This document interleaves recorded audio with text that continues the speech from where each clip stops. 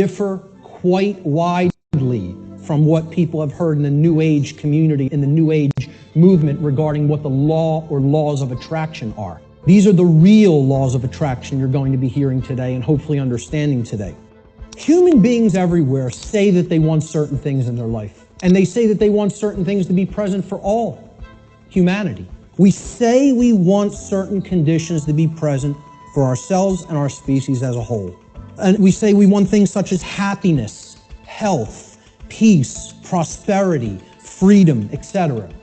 And all these things are great things to aspire to. And we say we want them. Most people will say and tell you we want these things. There are requirements for obtaining the conditions that we say we want. Requirement exists in nature. It does exist. If you want something to be different than the way that it already is, than the default conditions, then requirement exists. If you're okay with things being the way that they are now, requirement doesn't exist. There are no requirements to creating change. You just accept the default conditions the way they are now and go on with your existence and accept it's going to be this way and possibly get worse. But if you want real change to happen, requirements exist. And this is what many New Age teachers will not tell you, or they'll outright deny that requirements exist for creating real change. Specific requirements exist in order for human beings to obtain the conditions that they say they want.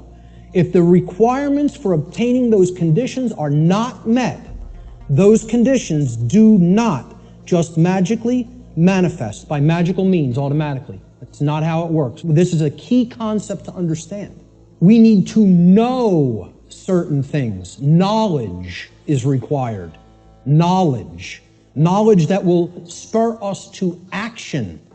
That's what's required. This knowledge is occulted, meaning hidden. But what you have to understand right off the bat is that the word occult, it's simply derived from Latin, the Latin adjective occultus.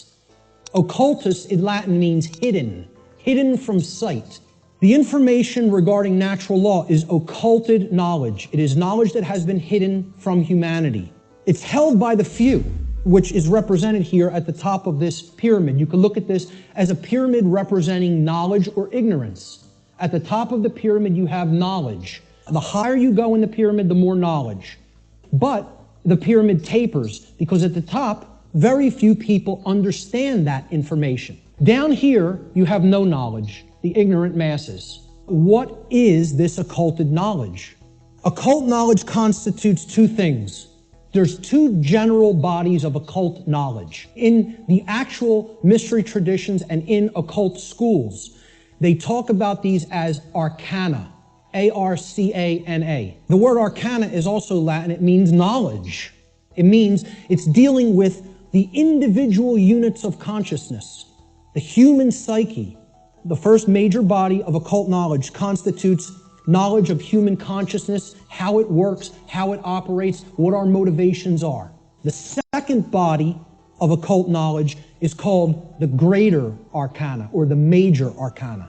And what these natural laws are unseen and universal spiritual laws which govern the consequences of behavior for intelligent species, for beings that are capable of coming to their understanding. It's been called karma, karmic law, in many Middle Eastern and Eastern traditions. It has been called in some of the Western traditions and Christian traditions moral law. Religionists have called it God's law.